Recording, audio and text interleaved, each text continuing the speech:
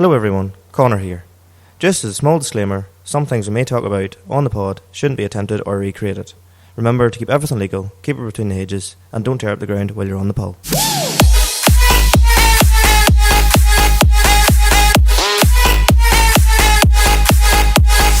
So, as you're all joining us, just at the start of the podcast, I'm going to break the fourth wall. Since you're about to like start mass or something, the way you were saying, we're gathered here today. Yes, well, me and Michael are gathered here today to tell you that we didn't know what to talk about 10 minutes ago. No. So, just there, I suppose there's no better time to come out with it than just it's funny how when life gets really busy. Yeah, like we didn't even get a chance to write into like the group or anything to ask people for, and that was like my plan. I was like, oh, if we ever come to a stalemate or whatever, you know, first thing you can do is write into the group and ask people like, well, what could we talk about, etc. And it's a great way of getting topics or getting questions. But we've done so many ask the communities as well. I kind of feel like That's kind of run its course for this year. Excuse me, like. To be honest, you have that their side, and like you're that busy with work. I'm not busy with work. You're not busy with work as well. Like it's just even other things going on. Like outside of work, it's just fucking crazy. Like you haven't got to bed before 2 a.m. this whole week. Yeah. And it's funny just when everything's the same the night too. So, well, hopefully not. So. For anyone that ever wanted to hear what a properly raw podcast was going to sound like, this is as raw. This is probably the rawest podcast we've done in a while. Yeah, we've done in quite some time. It's been the first time in a while that it's just me and you sitting doing a full podcast on our own. Yes. Genuinely, like, because even there in recent times we've had Adam, or we've had maybe like. There's been other people stepping in here or there. Like this is just me and you, old school kind of 2023 style episode sort of 21 probably in here whenever there wasn't even a banner in the wall kind of style. Were we in here in episode 21? We moved in here on episode 19. That was Tyler? Yes, first episode we did in here was with Tyler. And it's funny, even like you were telling me, you know, and we snippets that, you know, like there last night of what you remembered from certain podcasts. And it's funny, the one with Tyler, you were saying about, you know, it was brave and funny, so I was like, screw it. Threw it on there this morning, and like you talk about a man who has no real dirty humour, but by God, you were finna keep up the one time. There was a couple that was back even before I had ever met Jeremy, and we were talking about you had just got married and the fact that, you know, Tyler had arrived and you were talking a wee bit and you were like chomping at the bits to yes you did that. You were stumbling at the bits obviously to show her to anybody. Yeah. And you just talked about Mary and you had no context to it. And hashtag Mary posting. Tyler basically was like, I don't know what I was going to get this door open to. Was it going to be a car? Was it going to be a female locked away, or what was it going to be? And it turned out to be here's my Telegram 40D. And it was like, wow. Just a wow. But no, like I suppose in raw podcasts, what can you do other than talk shite? Absolute fucking Michael has dirt. been, the cog's been turning in the head, and you should probably do the intro if you're gonna. No, just to be candid bit, and then I'll do the intro. I'll not throw you off like the last time. I'll tell you one thing though, you said something there the last one. Listen to the start of it. For we had Abby on, and Abby was a fantastic guest, and fair play to her. She stepped in at very short notice. Absolutely hilarious. Yeah, we've had kind of our schedule's been completely flipped. Hence why we're sitting here. Like this is actually supposed to be guested, but things happen. We were meant to record last night, so we're now recording on a Wednesday. Yeah. We're meant to record on a Tuesday, and normally we're recording on a Monday.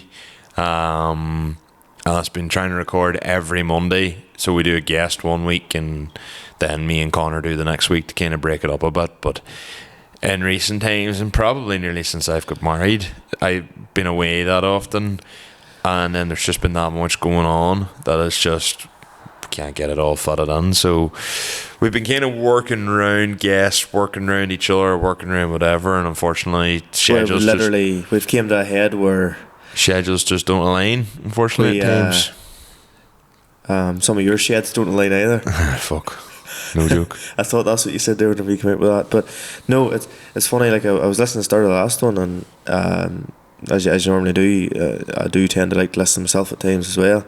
Take my own spiritual advice or whatever the fuck I want to call it. Spiritual. Where am I going out? What am I talking about anyway? And like I was like, I was listening to YouTube videos about Neil deGrasse Tyson, and then I said about learning all about black holes, and you just come out with a statement, and I actually put it this way: chewing chewing gum in the milk parlour, and I spat it out, and I was just like, thank fuck I stayed quiet after that.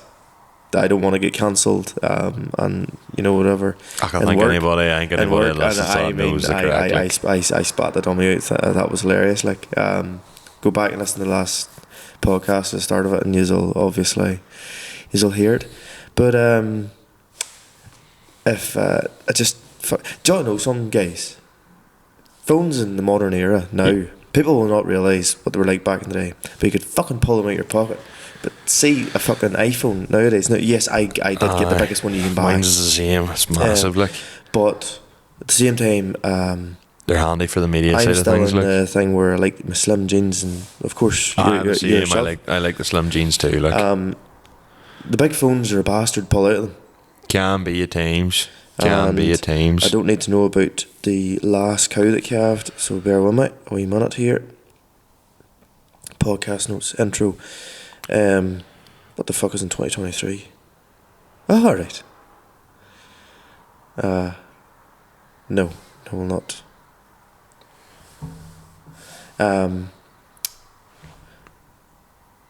Well, hello everyone. How are you doing? You're listening to the Agri Automotive Podcast by ourselves at Limited Slip Differences, where it's your perfect blend of cars, tractors, and the day talking absolute shite to fill 2 hours of your life. I'm Conor. I am Michael. That's a crack, folks. And I don't know what episode are we on. What episode are we 71. on? 71. This So is episode 71. We have 2 more podcasts after this till the end of the year. Yeah, and it's the same at episode 20. Feels weird to say that if we go by 70 roughly times 2 hours, we have spent 140 hours of our lives talking and for people to listen to us. To be honest, it's probably closer to 3. I would say we're probably, and then that's actual podcast time. You think of all the edits and all the bloopers and all the stupid shit and all. Oh, you're probably well over 200 hours of actual speaking into a microphone by now. Like even the first episodes, like, don't get me wrong, we were probably under 2 hours for the first. The first one we got to like an hour 20, and you were like, that's more than long enough. Well, I was just modelling it kind of off reloading the 2 Johnnies, like, but yeah, hers kind of just rambled on. Yeah, and to the stage where we've kind of shot ourselves in the foot with nights like tonight. There's like what do we talk about for 2 hours? But here, Michael, you have lots of new stuff to talk about. Well, do you want to start off actually with Moira?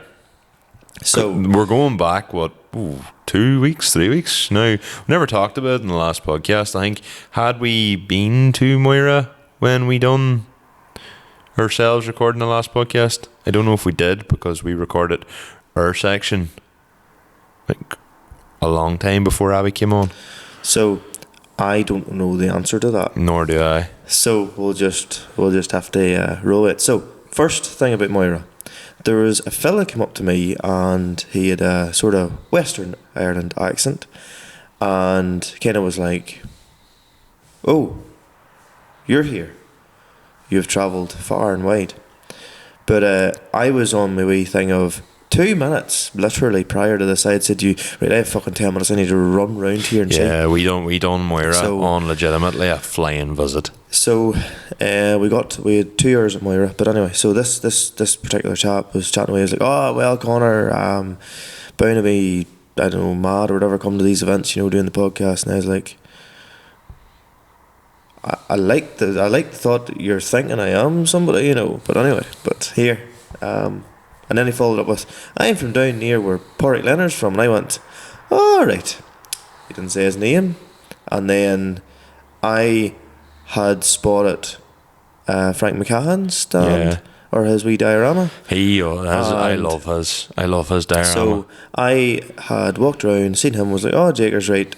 I'll quick whiz round here because I didn't recognise any of the rest of them, and I was like, if I go to his diorama, I'm going to be talking for a minute or two. Yeah. So got round, and then this particular gentleman decided to start speaking, and I feel like, looking back, I may have been slightly rude to him.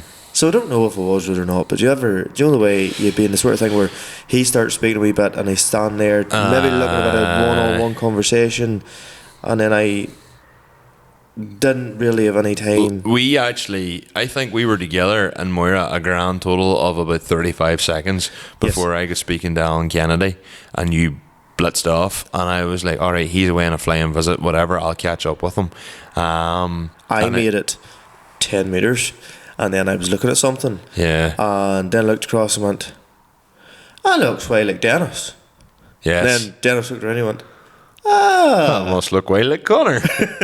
Then I was like, and then he was like, and I was this is like, Dennis Kelleher, by the way, folks, just for reference. One of the main men of Ahio. Ahio, yes. So chatted away, yarned away, and I was like, oh yes, there's Michael over there, and then you were busy in your conversation. I was speed running Moira, like I was absolutely. Well, you were busy in conversation at that stage, so like then obviously Dennis. The Ahio did an amazing thing, and they give a massive donation towards our charity. We still need to get on to Marie Curie and get because the whole thing's shut down now. Like we've given the money and everything. Like I've received the certificate in the post saying thank you. But maybe should do that just before Christmas. We'll go and I didn't even know that. Yeah, we'll go and actually get with Marie Curie, and we'll take the photo with the big check. So we'll do that. So they have received the money and all? Oh, yeah. When did you do that? Huh? When did you do that? I done it automatically. Oh, really? After a while, it closes your Just Giving. So I think it holds it open for like 3 or 4 months, and then once it gets to its time period, it then expires, and then it just basically shuts the account down, and all the money then gets transferred over across to Marie Curie. The more you know. I didn't know that. Yeah. So got to 24 grand and over to Marie Curie, like that's savage. Some fucking achievement when you think about it. Like I don't like normally getting too big headed about anything like that, but to be fair, we've done well. A lot of work on it, but there was. And as always, a massive thank you to Gareth and what he done for us. A massive thank you to Ahio and what they done for us, and every single person. JB Tires. JB Tires, Hugh and Dylan. Yeah. Joe. Like the Waves. Everybody's kinda fuck. You think about it, Kieran Dunn giving us a place to leave everything on the first night. Yes. Jeremy, obviously, it was between, I suppose, me and him, the mad hatchet plan became some a thing. say he walked outside and he started to whip his phone out. Fuck, he's beside himself whenever he's seen all the grassman tractors. Yeah, he was. If you think I sound wild flat, it's because I am. Are you? I am just, I'm fucking wrecked, but like the show must go on. Well, I got a grand total of fuck all sleep last night. Same. And the night before that, but anyway, look, it is what it is, and it's going to be a late one tonight and for the next couple of nights because we're getting ready for the Drift Games bash. But anyway, we'll talk about that in a bit. The thing is, when I was going around Moira, I was like trying to do it at a stage where I was walking quickly enough that no one ever really would get a chance to properly grab you for a conversation, which seems so rude. And if I seen someone, I would just like nudge them and say, well boy, and then walk on. So it was kind of like, I'd let you know I'd seen you and was saying hello, but like I obviously wanted to go up and talk to Owen Brennan up at the top to sort out a couple of wee things with him, and he was showing me a stand, and I wanted to obviously give Owen a bit of time of day, so I kind of just basically went from the bottom, flew to the top, was there for a while, and then came back down round, and then that's when I met you, and you were like, I haven't even been round yet, and I was like, Jesus Christ, we have to go in like 10 minutes. Yeah. So you literally were like, I sped round, stopped at Frank's stand, and so I didn't even get a proper look at Frank's stand this year. so last year he had the slurry mixer agitator and like but a wee pump going, so it was actually like pumping, and then he had a wee slurry tanker with a pump on it, and he had your man welding as well, and he had a wee LED light to show the welding, as well as a Lele automatic diet feeder going around in a wee track. He didn't have that last year. Is that a new addition for this year? That's a new addition. I don't actually know. I can't mean from last year whether he had it or not, but I love models. I love models, and I love dioramas. That, I love them. So Dylan Jackson made a Fraser. He replicated my Fraser. Yes. And he had a Moira. So I've got it. Owen is sorting out my 110. Hugh is sorting out Dad's 190. Hugh sorting me a JF. I still need to get my 6635 turned into a 7635. Colin Marshall has sorted me out a Map Bro. And when I have a bit of spare money, I'll get a Mary model, and I'll start trying to build my own wee diorama. So my plan, it was planning on doing it for this year, but with everybody's schedules, it just didn't work. But I was wanting to build a wee like memorandum to Dad. But the plan was to do one half was his outfit and the other half was my outfit. Oh, yeah, very cool, very cool. 35 in the middle because that's the shared between both. And then I was going to get a toy Isuzu Trooper. And then if I could get one, maybe like an Amarok or something on my side, but fuck knows what I'll have in a couple of years' time. Maybe still the Amarok because I love it. But yeah, honestly, when Moira, I could have, you could spend 8 hours at Moira properly looking around everything easily. Problem, and I said it a wee bit about, whenever Abby was mentioning about her BMW and, all the different details and all that there she's done on it, looking at one of those model showcases or dioramas, you can speed through it, but it's whenever you stand and look, and then you look again, and again, you notice more and more. Do you ever take a look at Jack Hood's? Jack Hood's is the funniest diorama going. The tractor pulling was fucking that was class. Hilarious. He actually wrote into the group asking if anybody who had a tractor could they give it to him. So I didn't have my 110 ready. Otherwise I would have given it to Jack as well and would have had it. He had Monty's 880 doing the test pull. And the fact he had like a wee model of the Gladiator and everything was absolutely class. But Jack's stand in general is hilarious because he's the only man with like trailers lying on its side and stuff like that. It's a pure hardship. And the tail door lying open and stuff, and it's so funny. It's just so Jack like. But the tractor pulling I thought was a really really neat because it was cool as fuck. You seen like all the favourites like like anybody who has a model of their tractor all had it there.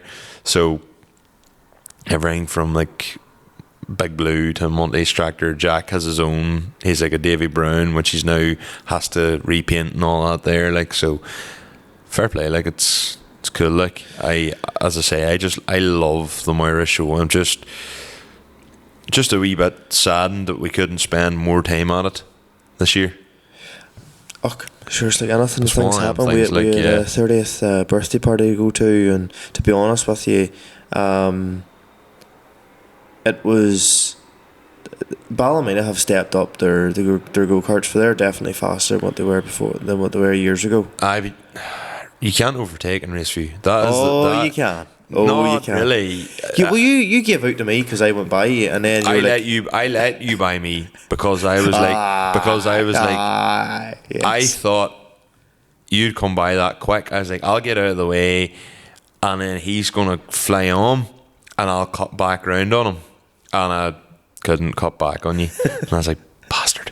So, I don't know. I just think race view's so narrow. There was a point whenever Kieran was going round, you went down the hill and round the long the long corner to go into the tighter, the final bend, and like I didn't use brakes. I just used him as a brake. Whereas I don't do that in a kart. I'm a very fair karter. Well, and so am I. No, you're not. Yes. You're an absolute dick in go-karts. No, I'm not. Yes, you are. I'm really not. You were worse. You used to be Satan reincarnated in I karts. wasn't that bad. You were pretty bad. Like, you were pretty horrible in karts. Like, yeah, it was like that's what you were known for. It was dozing people out of the way. Like, it was like you're so mild mannered and plastered, and then you got in a go kart and became a fucking demon, and it was like, what happened, Connor? Your humour transpons to my kart driving then. Yeah, pretty much. But yeah, if race I get second fastest all the same. Yeah, I know. I probably in around 6th or something. Like, I wasn't. I don't know. I'm probably. I would say like a group of us karting is probably nearly like above average in terms of average. Like if we're all going karting, we're probably faster than the average group of people. But I would be dead average in that group of people, whereas you would be faster.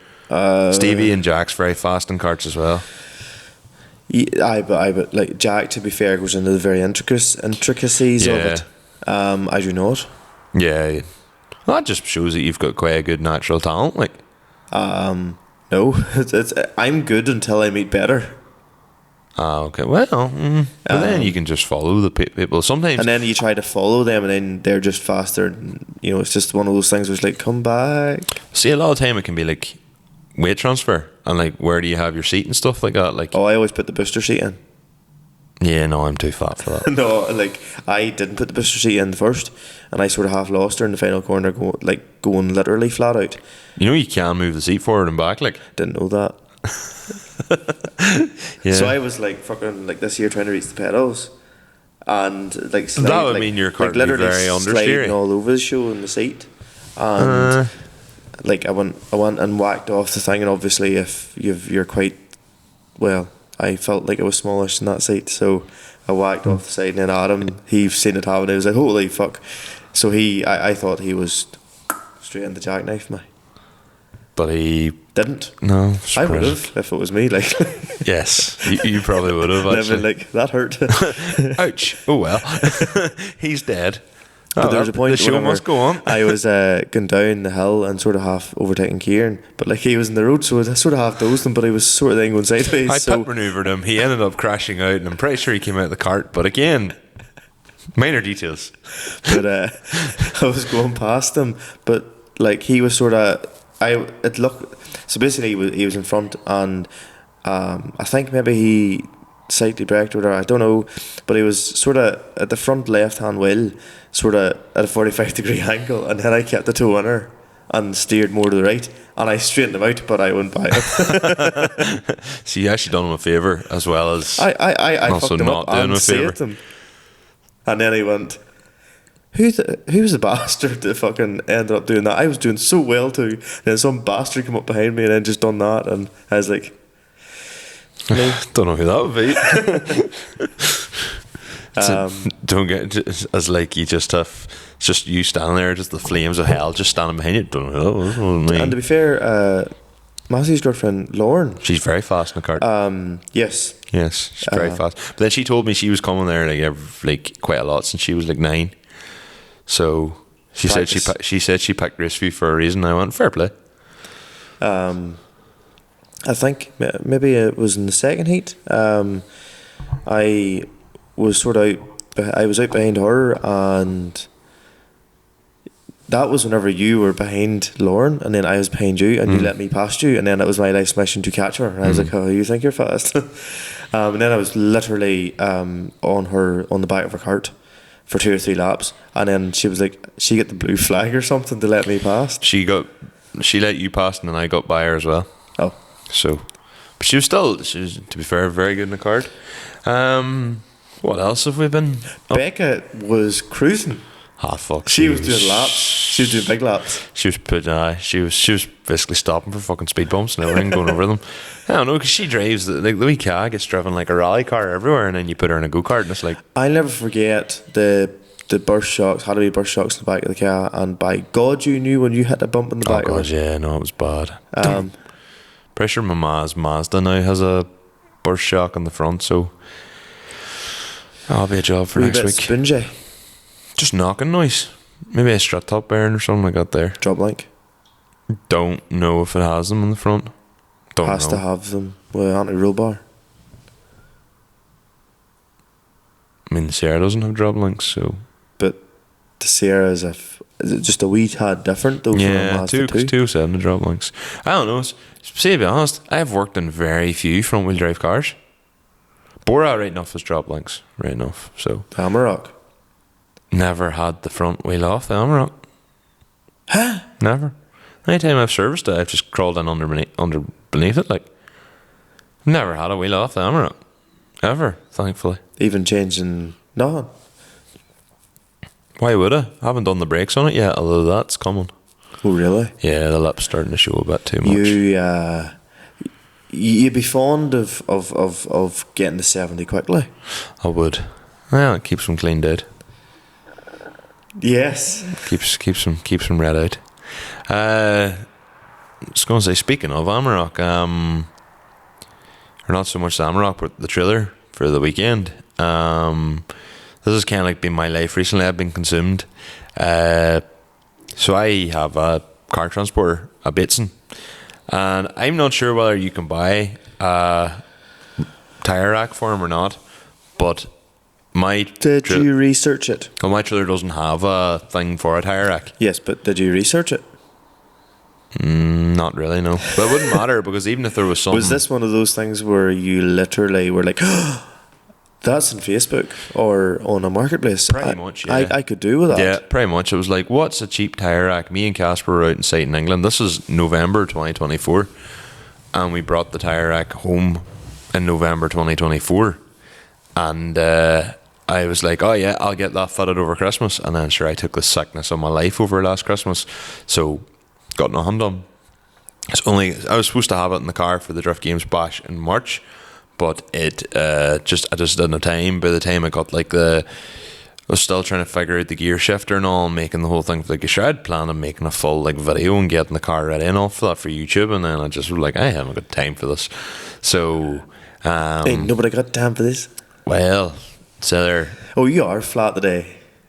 Yeah. I'm trying to, with my zero sugar drink. Normally, yeah, because normally I'm the one trying to push you on, but like, no. Are you sure you don't want the sofa? Ah, fuck, I'd fall asleep. No, but you ruined my train of thought. No, so like the tyre rack has been something, because last time we threw like a rake of the tyres either into the Sierra or into the back of the bed of Amarok, which is fine, but it means you're losing space for like tools and stuff like that. It meant like we had to store a lot of stuff actually in the back of the pickup. This time round, I will throw tyres either in the back of the Sierra or just on the ladder rack. So it's going to be a far handier job. So it means I can fit more tools, fit more like other nice to haves into the bed of the Amarok instead. And it means then inside the Amarok it's just simply room for me and Adam to sleep in. So it also is going to be handy and double up kind of as a ladder rack to like bring home steel. Like, you've heard this about 30,000 times. Fuck me. You've heard this story about 30,000 times at this point, but yeah, we galv sprayed her last night there, so it does look a bit odd with this brand new paint in one part and also like kind of questionable welding, but it is heavy, it's strong, it's not going anywhere, thankfully. No, you were going to brace it further. I was actually going to brace it further, and then I was like, do you know what, well, maybe just forget about that. So I need to redo the lights, because I'm pretty sure my 7-pin plug's not work. I think there's a loose connection in it. So I'm just going to put a new, I've got you on it now. I'm just going to put a new 7-pin plug on it and rewire a few lights in. So hopefully do that. Going to change the gearbox oil in Sierra. Going to change the diff oil. Engine oil was done really recently and it's expensive, so I don't really want to do it again, but I will be bringing some spare stuff with me. What else? Like, as in, the engine oil was done start of August, and if the car has even done 200 mile, nah, I'm only 300. Done the Sierra running in my wedding. That's all it's done. So I'd rather have kind of run in engine oil. Okay. Maybe that doesn't make sense, but yeah, diff oil, gearbox oil, bought extra spark plugs. Coil packs? Have spare coil packs. Actually, believe it or not, have spare coil packs. Need to gap the plugs correctly. What else? Coolant. Octane booster. Not that I'll need it, but just in case I do. If I say I run it on the... I need to get fuel, but on the unlikely chance that I run out of fuel and have to go down to Applegreen to get 95, I'll fuck a load of octane booster onto it and bring up the octane again. So, should be grand. Yeah, so that's this weekend. And I don't know, like last time I was really nervous / excited. Maybe this time because I've already done it before, I'm not just as worried. I'm sure once I get down there I'll be like, holy shit. Like, it used to be for a drift day and we were going to Eglinton, I did absolutely like no maintenance whatsoever. Like, and I was sitting thinking like, oh, I've only really got one day to work at the car here, but to get put to do maintenance and all. And I was sitting thinking, fuck, like that's not enough. What if I need this and that? Only to remember that back in the day, like literally I might have checked the car for oil before going to Eglinton. There was one day I didn't check the car for oil and needed to put a little bit more in it than I would have liked. I was like, And the worst part is we were up in Gorchin the night before messing about. And Gorchin's on a hill.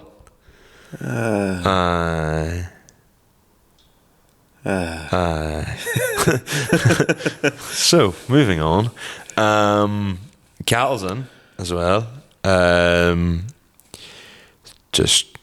We were up in Morton there as well last week. I bought a feeder off him, and I used your advice for the cattle. I asked you, I was like, do you think this is like a big enough area? You were like, oh no, I wouldn't put any more cattle than that and that. This is just about big enough.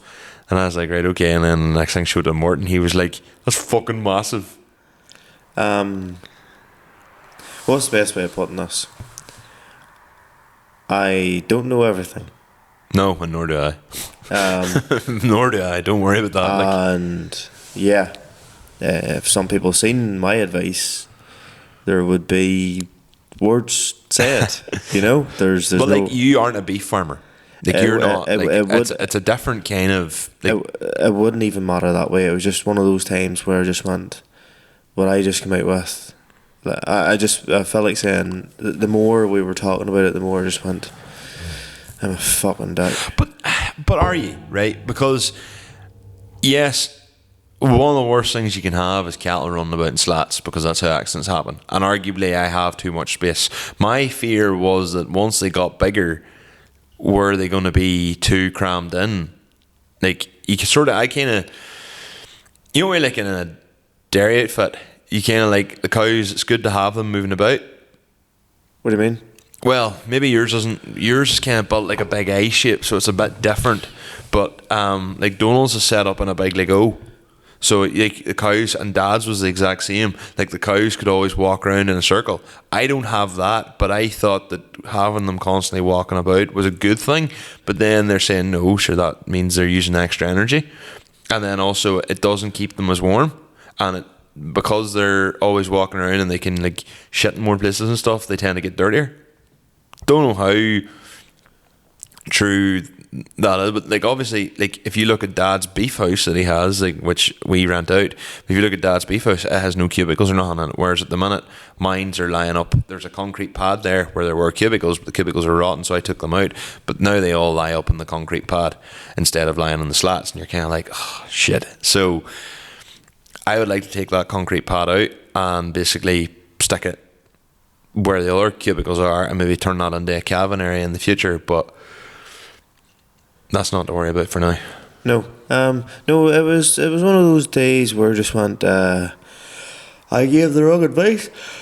But like, I think what I'm going to do when I get a second chance is put in a big gate, just like an 18-foot heavy duty gate, and then sure, worst comes to worst, if the gate had to come out, big whoop, take the gate out, and if you need a gate somewhere else, You forget. you have a gate.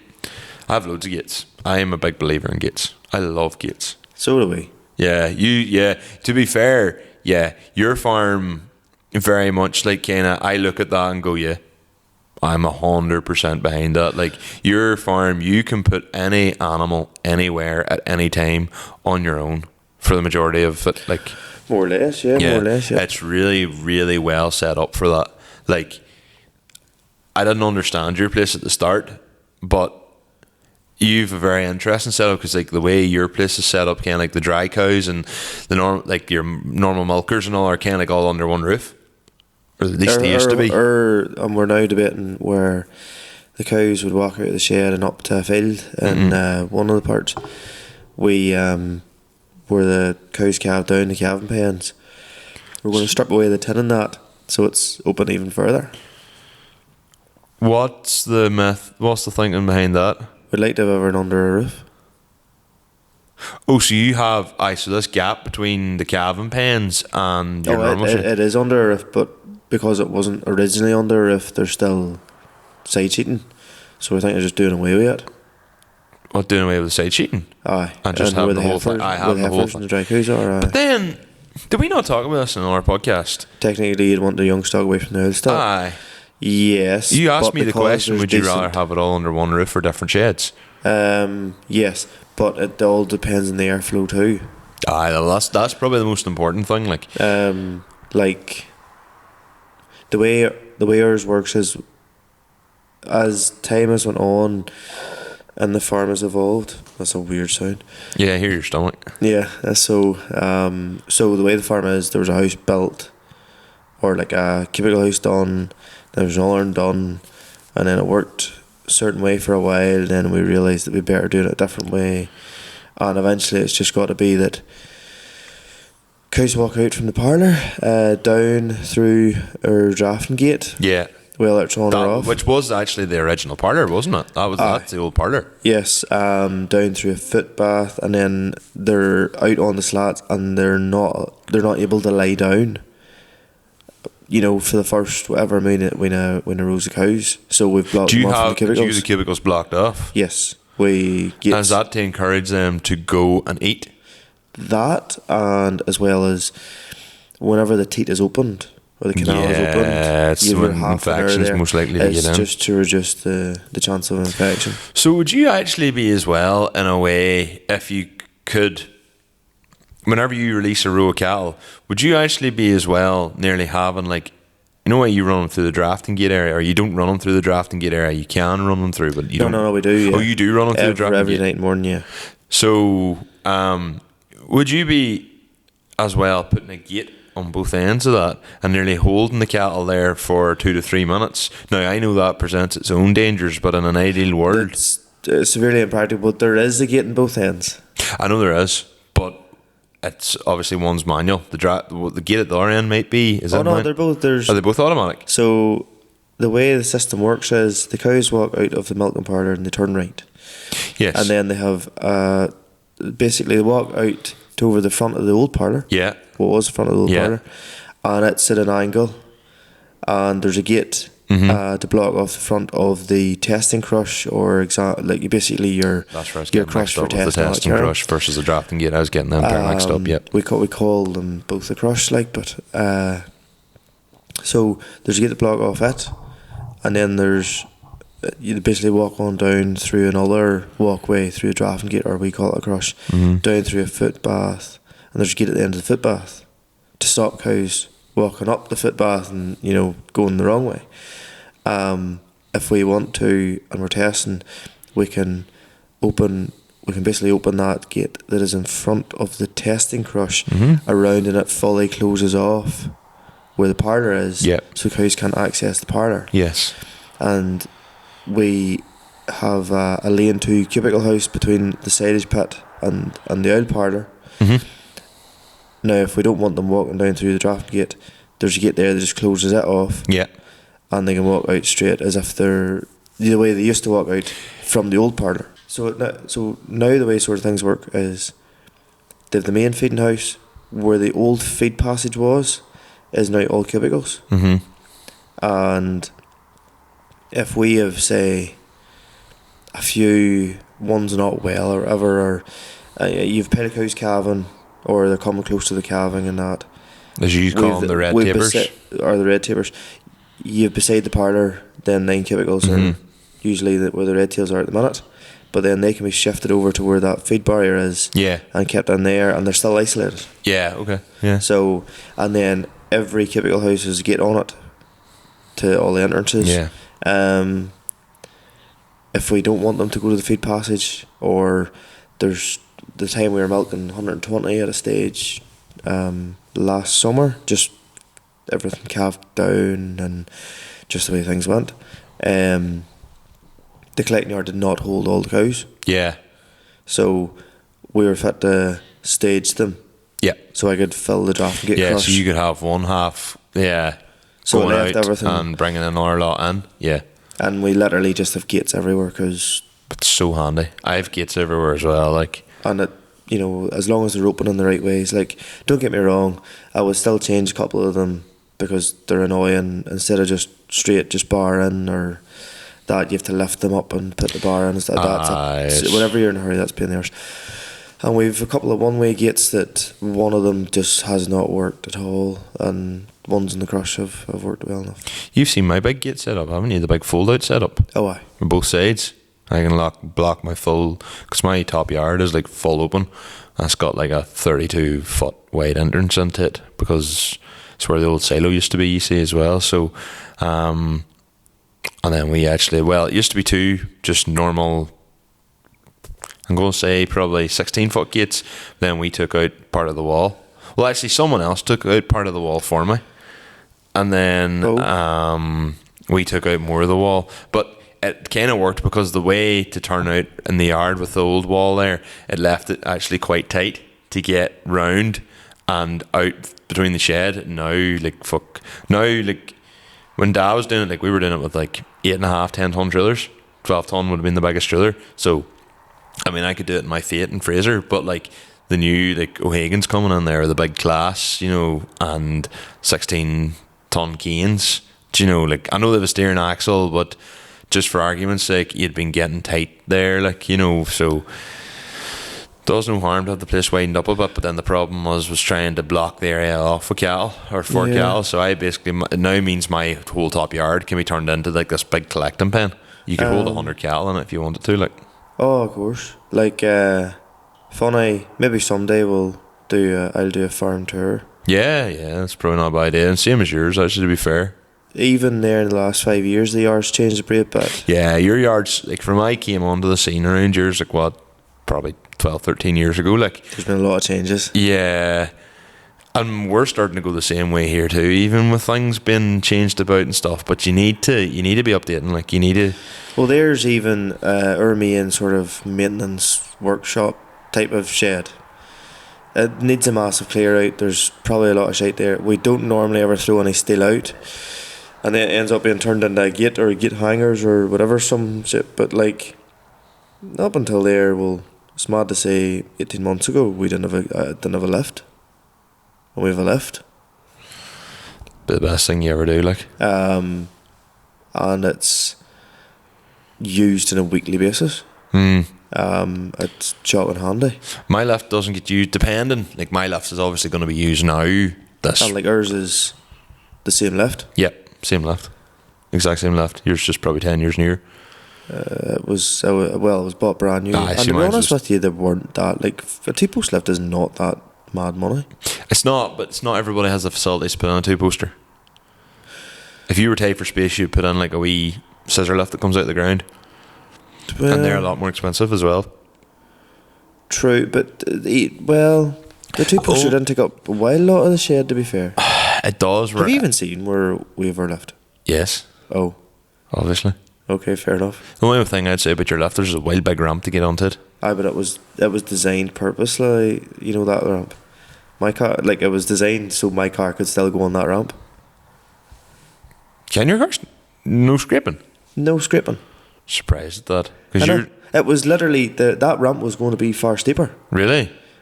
Yep. Because it's Only really that up, was like... that ramp was designed specifically so that my Type R could go onto it any time I wanted to. The only stipulation is that I have to put the car in the lift.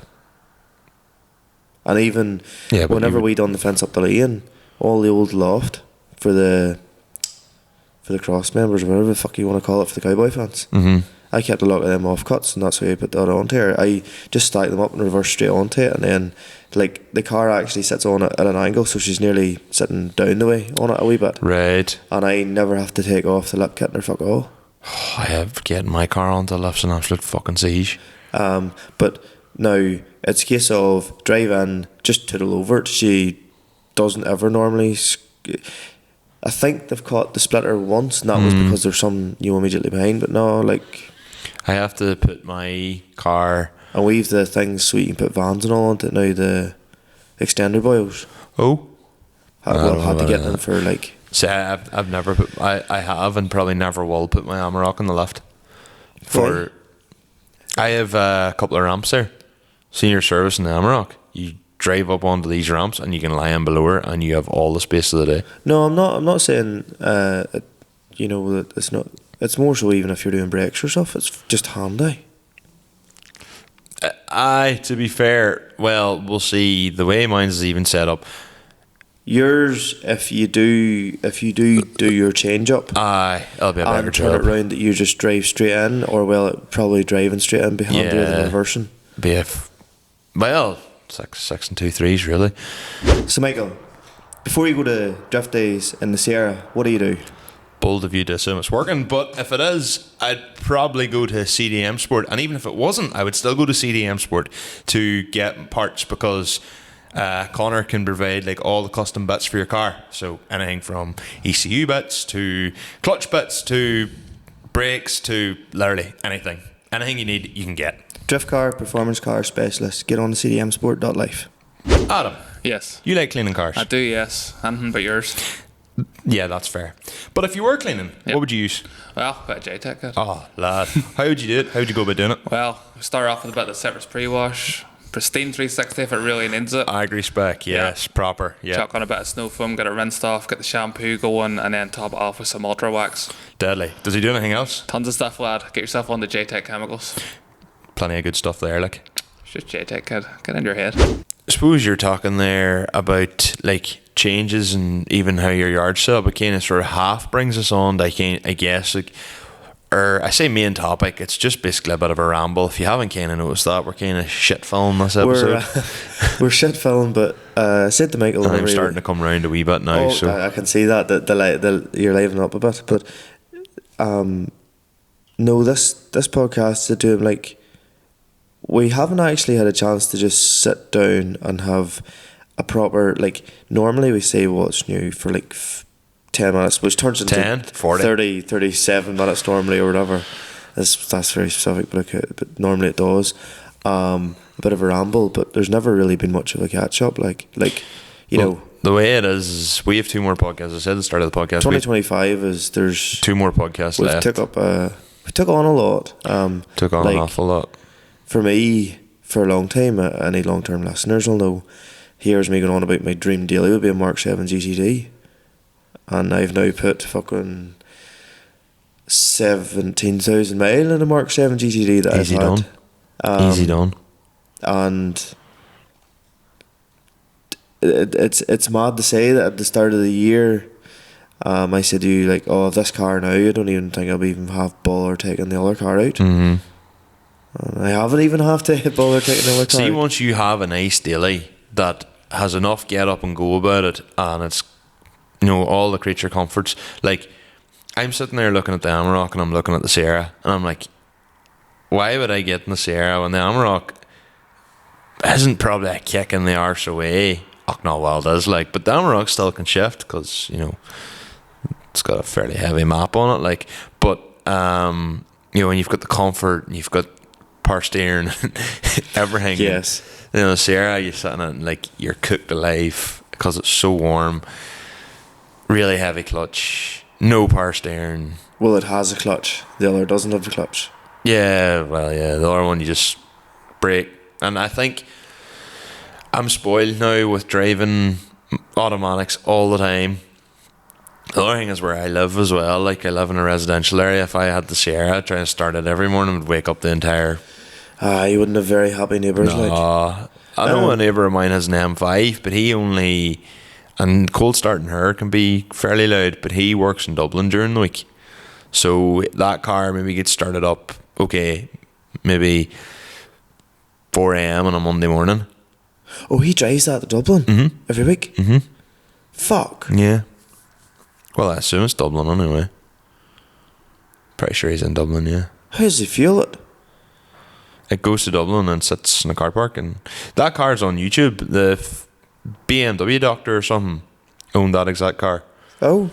Because he said he's seen the videos and then went, that's that car. Oh, it's cool as fuck. Like, it's deadly. It's the V10, like, it's the E60 V10. It's class. And like, I'm not going to say I live in a particular wealthy area. Like, I don't, but just... He just has his M5 there, and it's like... But if you did... The thing about the M5 is if you didn't know, you wouldn't know. It's fairly subtle. Yeah. It's very subtle. Like, you look at it and you go, they're big fat tyres, and they're quite concave. And, they're big brakes. There's a quad exit exhaust, and you're kind of like, huh. And obviously the M5 badge gives it away. But well, here's a question for you. What car would, if... like, I can say now that I'm driving my dream attainable everyday car. Mm-hmm. And it came into my head there this last while going, if you had to change it now that you've owned it. No, right, so first of all, now that I've owned it, has it lived up to what I thought it would be? Number one, yes. Number two, like any car, there's gremlins. I didn't realise they liked oil. Mine wouldn't be too terrible for it, but it has drunk a bit of oil. I've found it driving like a belly and strengths more, but that you would assume. But I was thinking about it, like what car would I swap it for? And if it wasn't to be a 4x4, I'd be going for an estate. Right. Like an A6. Like something like that what Abby has. A newer shape. Okay. Now the newer shape is, I'll say it's like one of those things where it's like that. Her car was deadly, and then the newer shape, and I'm on about her silver one, her daily. Yeah. Aye. No, but the newer shape, like there's something about that. Aye. Right. Okay. Or even an A4 estate. But even Jack McGarry's everyday car, it is. They are handy, like they are shocking handy.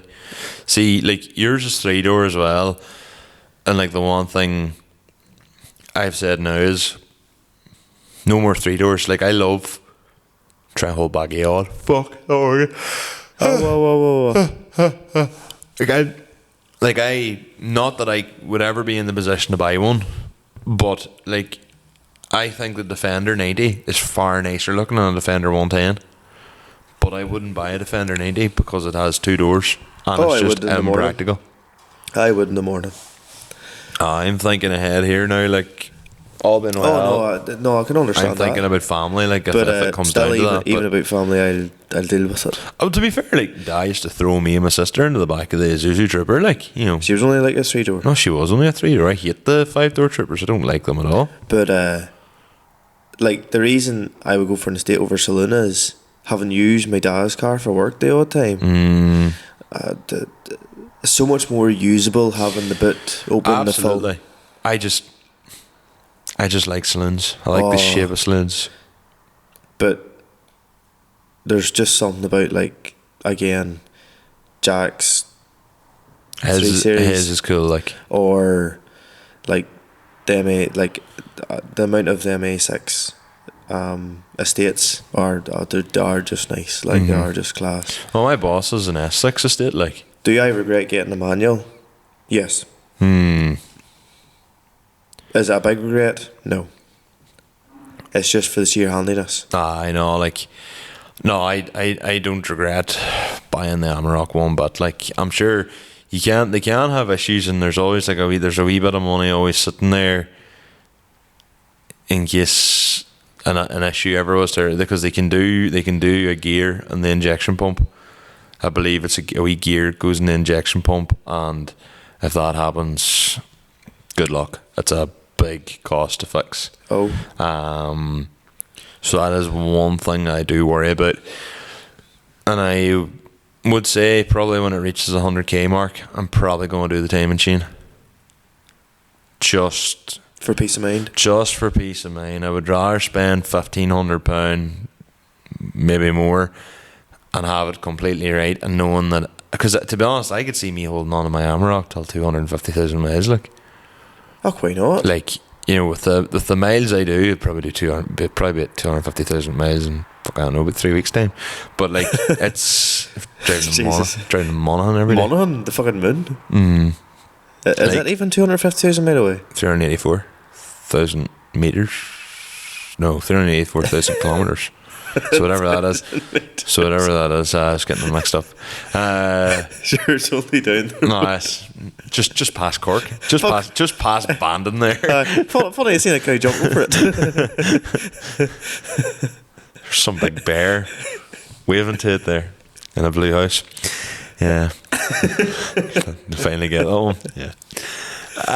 No, see around here, and you're talking about like changes and stuff being made. So at the very start of the year, one of the first things we did was we concreted outside of the studio. That has probably been one of the best things that's ever happened in this place, because now the quality, like, to think that we used to get people to walk across that. Yeah. Oh. And now, like, I park the trailers like in the old collecting pen, which isn't used as a collecting pen anymore, and it's a great, because it used to be the trailers was like lying kind of sort of just wherever you could sort of get them in, and it made the yard look kind of a wee bit unpresentable. Now they've got their kind of like their own wee section, and to be fair, someday I probably will consider roofing that area, and kind of like lean to in it or whatever, but for now it's absolutely fine. Like, even the fact of, like, you just come and go and get your yoke whenever you want to. Yeah, but like before, it was like a fucking 4-man job and reversing them up in. Getting a car in here was an absolute disaster. In the Sierra, it was like full power. And then I remember there's a picture, I think I took a picture of it, just like November 2024, trying to reverse it into the shed, and the whole thing's just covered. The whole side of the car's covered in muck from me trying to reverse in here. Like, and like, if it over there, because there's no gutter on this shed, like over there there's a bit like the ground sort of sunk in a wee bit, so going over to that gate was completely soaked. It was the wettest point in the yard. So you imagine, like, I'd be going over there now to feed cattle, or I would like drive. I was kind of like actually thinking, Jesus, like, if I have like that field now, like, I'll be going in through the top. I'll never really use this here section here, but like, you're on it all the time. It's so handy. It's like just wish you'd have done it 10 years ago type of thing. Well, yeah, to be honest, and if I had it my way, that whole yard would be concreted, but that's expensive. And you would have a slab. It wouldn't be big enough for a slab, would it? Oh, that's big enough for a slab. I'm past the stage of having proper sessions here now, unfortunately. But yes, it would have been a great job. Like, and funny that like your concrete pathway now is the best car park ever. Yeah, it's a really, really handy. Like, and the cars are out of the road, they're not annoying anybody. Yeah, if we're like, well, to be fair, I'm parked in the middle of the lane at the minute, like, but in general, yeah, if we're recording, everybody can kind of like line, just like drive up right in front of the shed. And yeah, even because I remember that was one of the things that we said about the start, is like, if we have guests here, now granted this shed is a wee bit disgusting, and we are going to have to take. We have literally done nothing to it in 2 years. we need to take. Well, it needs to get the walls and all redone and all, or what do you call it? Get the roofing all on. I have been talking to Conor about doing that. We just need to get a time for it.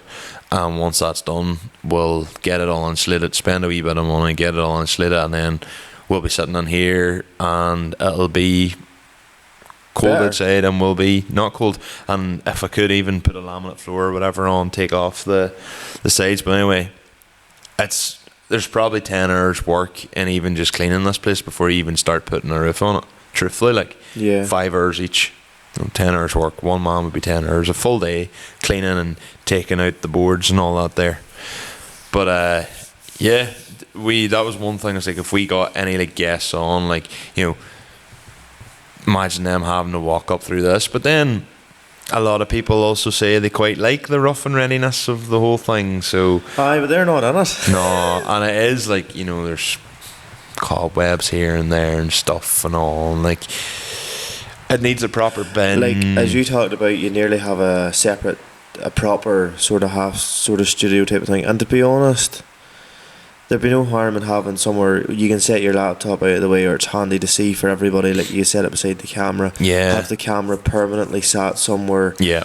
And you just literally, or even have a mount setting that you just stick it onto the mount. It's permanently there. There's your charger always there, and you don't have to forward or back with it. And because like this whole area we're in, like this is the old workshop that I used to use, and it's completely separate from the rest of the shed. Like the cars don't interfere with here. Like we don't ever have to drive a car, like nose a car into here ever. No. So the way in here set up, and like as time goes on, like I'd be hoping that we won't be using this for storage. I don't know what we'll be using it for, but I'll not be used for storage because I'll be hoping to have something different. But yeah, it's in here could be a lot nicer if we get it done up right. And if it was all covered better and wasn't so much of a shed, it would be easier kept clean. So that's a future project. That's a 2026 thing. Hopefully we'll get that done sooner rather than later. Following on from that, that was one of the first things we've done this year. So we're kind of just we're sort of going on a wee bit of an order of just a bit of a catch up of the year, because say we've only 2 podcasts left, and the next podcast is talking more about a certain event that is coming out next year. And not going to say too much about what it is, but we've talked about it a few times in the podcast before. It features words like on and the and pull, and it's not John McLean, by the way, but that's stuff like that's been talked about. So we thought we'd just do like a recap of kind of how the years went. thanks for explaining what we've already explained. Have we already explained that? Oh shit, right, oops, I'll edit that out then. So then following on from that, then after we got the concrete and all, and the next big push really was the Sierra. You may recall last year the gear stick was absolutely fucked in. It was hanging.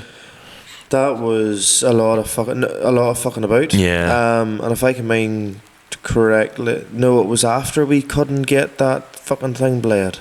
That was for Donegal. We couldn't get that thing blade. The clutch? No, it was for the drifting. Wasn't it? No, it was for Donegal, the clutch cylinder. aye. So we had. Yes, you were getting your gear sticks. No, Yeah. you were piecing together your gear stick. You pieced it together for Dubshed. Before that, the drift games bash came before this Dubshed came, where I had the problems. We'll get to that in a bit. So I spent this whole thing, I redone like the rear brakes. The Sierra I converted it from power steering to a manual rack, put in rack spacers, and I was doing this all till like 2 a.m. every morning. Did put in like camber adjusters to kind of take the back camber shims, take camber out the rear. Didn't help a fucking damn. Like aligning, like redoing like the front arms and stuff, getting new ball joints, converted it, put the proper coilovers in, or not proper coilovers in, changed the spring rates and all that there to make the coilovers smaller, to get me a bit lower. Spent a lot of time working on the Sierra, and then the main thing was the ARP shifter. So I'd bought that ARP shifter, and supposed to be bolt on for like a BMW, it's a remote shifter for a BMW, brand new, literally just got it, put it in, was like, fuck, this doesn't fit, grinder straight to it. Was like, oh, It's butchered. Yeah, but if I was doing it again, if I was to buy another ARP, which if I was to do another project with another Sierra or whatever, like 100% I would go for it again. It is the coolest looking thing, like it looks works. so cool, like. But what I had done was I had made like kind of like an adapter plate off, like, so I have the hydro handbrake mounting on my car, and I made basically this adapter plate. But what ended up happening was then it sat the gear shifter up too high, so I had to get like a spacer put on for the linkage. And then the linkage as well, that was based on the original Omega shifter that I had in the car, and that worked well for the Drift Games Bash. So done my first ever proper. Well, I'd done JDM Classics last year, but that ended up being a complete failure because the car fucking shit the bed that day. So I didn't know how I was feeling about the Drift Games Bash. Now I've talked about this in a previous episode. I can't remember what episode, but that was probably one of like the best weekends of my life. Was like, you know, really getting to grips with the car, and kind of, to be honest, I felt like I'd be a lot more confident in the car. But to be honest, I'm not scared of losing my license. I don't like messing about in the roads.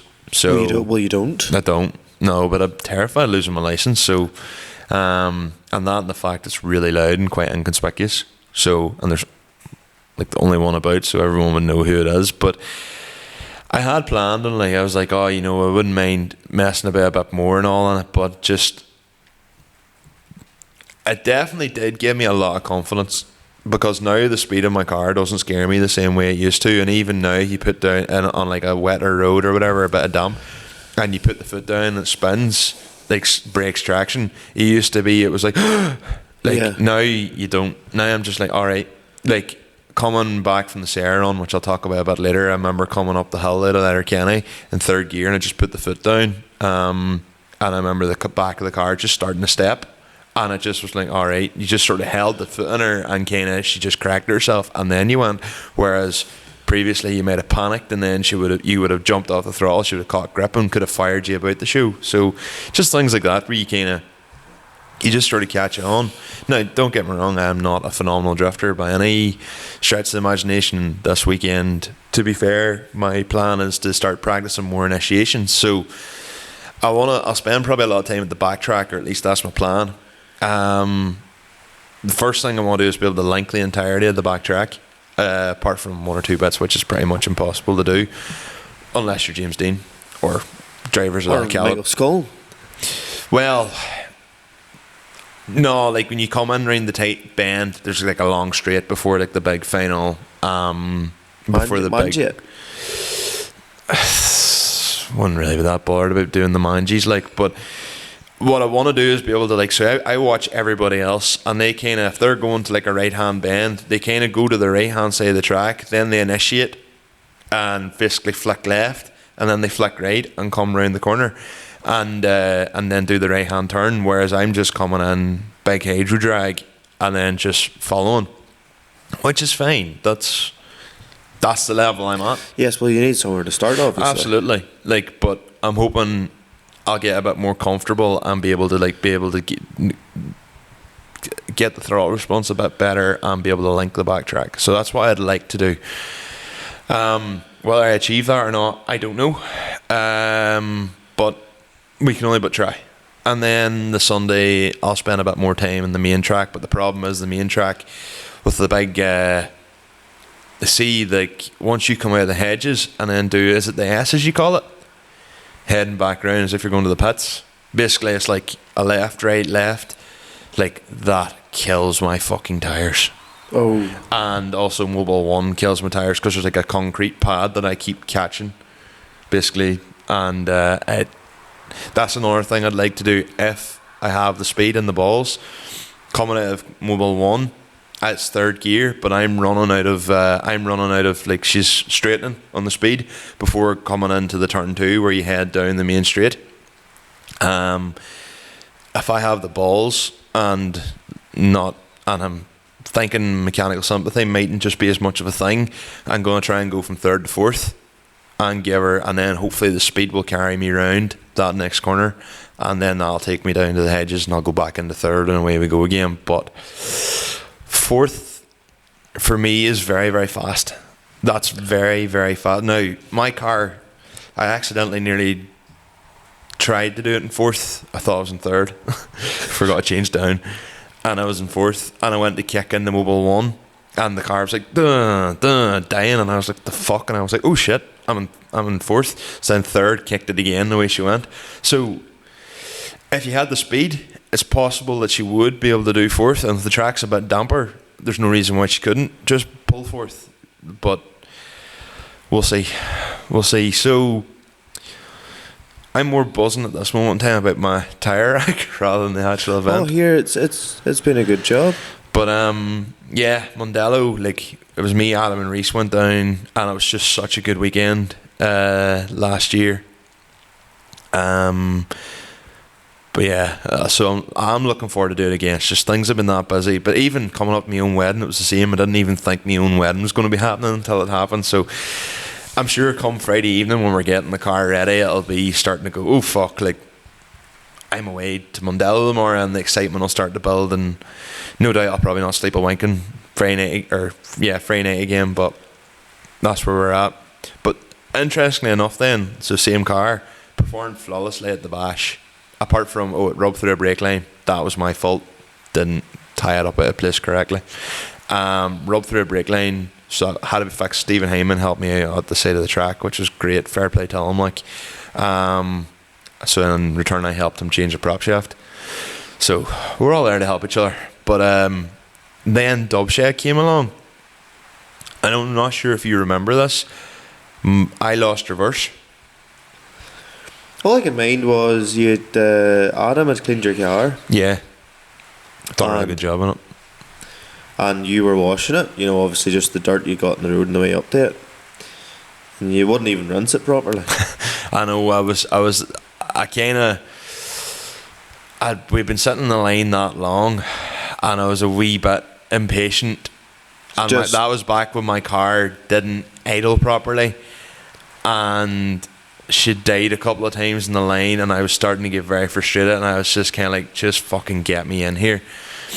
And I don't know why, because 10 minutes wouldn't have made a difference, but I was like just so keen to just get inside and just be like, yeah, I want to get inside here. Like, so to be honest, what I would probably do is I would just get a proper drying towel. Like, I think I tried to use a chamois on it this year, and the chamois, yeah, it's fine, but I'll probably just take a drying towel to that. But I don't even know if the Sierra will be at Dubshed this year. I'm hoping it would be, but we'll see. Why wouldn't it be? Because I might take an ocean and pull all out of it, get it ready for paint. If the Lexus was going, or the Lexus was ready, I would take it instead. Like, I'd be hoping to be doing a stall at Dubshed this year, like, so. But yeah, I had changed the whole gear, the gear system. So as I said, a hydro handbrake mount. What I actually did was I put a plate inside the hydro handbrake mount, welded it all together, made it one big flat plate, and basically cut it all out again and made it to suit the shifter as well. So the shifter sat a lot lower. But instead of putting in a welded shifter rod between the gearbox and the shifter, I put in a bolted one, and I welded basically made it like adjustable, because I wasn't sure what length it needed to be. And basically what was happening was, whenever I was trying to move it to reverse, no matter what I did, no matter how tight it was, no matter how tight I had the nut against the other nut locked in place, it would not, it just wouldn't lock properly, and it meant I couldn't get reverse. So cue me having to like lie under my car in the way in the Dubshed to try and see if I could fix it. Couldn't properly even reverse it into place. Had to drive into the spot. That was alright. Sunday on the way home again as well, ended up just like rolling the car backwards into the shed, and then just put it up on the lift, figured out what I was doing, got it right, and just went, see them two nuts, and just put the welder to it and just done them both. But I have to say, I thought this year's Dubshed was the best Dubshed yet. Now, you didn't really spend much time at Dubshed this year. You were there for like 2 hours. I got an hour. Did you get an hour? I felt this year was the best Dubshed yet. I thought Dubshed this year was absolutely class. What made it different, or what made it better? I think it was a lot more chill, and I think the quality of cars was really, really. Everyone just seemed to say it was the best Dubshed they'd ever been to. The quality of the cars was class. I think the weather was really good as well, helped a lot. Just a lot of people, who we knew, that helps too, and because I was doing a lot of the recording, I was just walking about and talking to a lot of people, and I really enjoyed that. Like, was interviewing, like a lot of ones. I kind of done it like remember we did like kind of a weird podcast vlog kind of crossover thing, I'm not sure if I'll do that again this year, because it didn't really translate that well across to a podcast, even though I tried. But it was really, really enjoyable, just that in general. I thought that was Dubshed this year was Dubshed 2025 was class, like such a good year, like and just generally all around good people. First part of the year, did you have anything fairly stand out? I know we're going back ages and we both have the memory of goldfishes, which is why I wrote everything down. I'm always going to sort of half remember this year as being a savage good year. Yes, absolutely.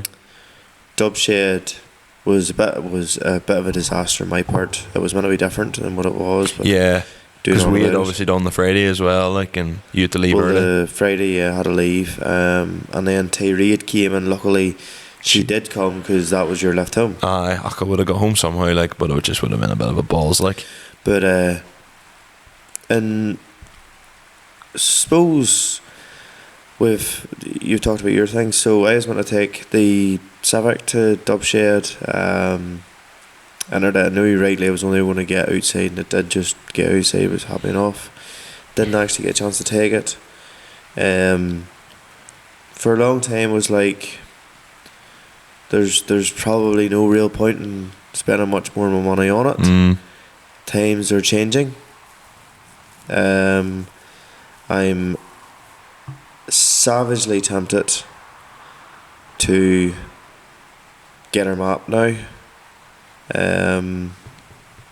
Get her mapped and get the other few bits and bobs sorted on her. Surely needs valve clearances done to give her the best possible chance. Could do with a new rocker cover. So really needs £1,000 spent on her, really. It's probably worth it, to be fair, like. I need to do a new clutch. Yeah, still worth it.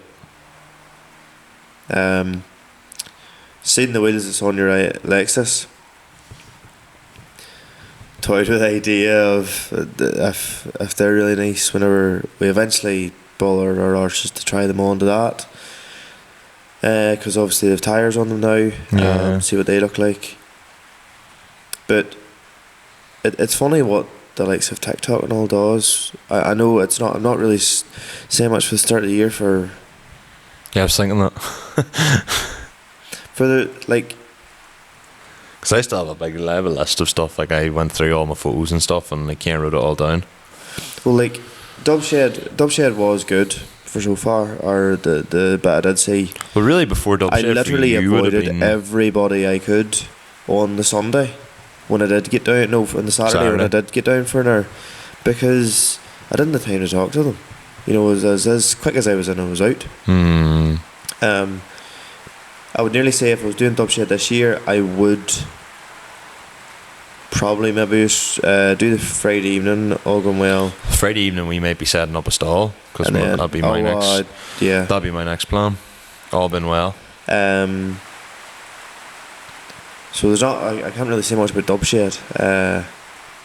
After that, I suppose on to silage. Like I had a really busy April and May this year with the way Cavan went. We'll see what way that lines up with my stuff as well, because I think I can jump in.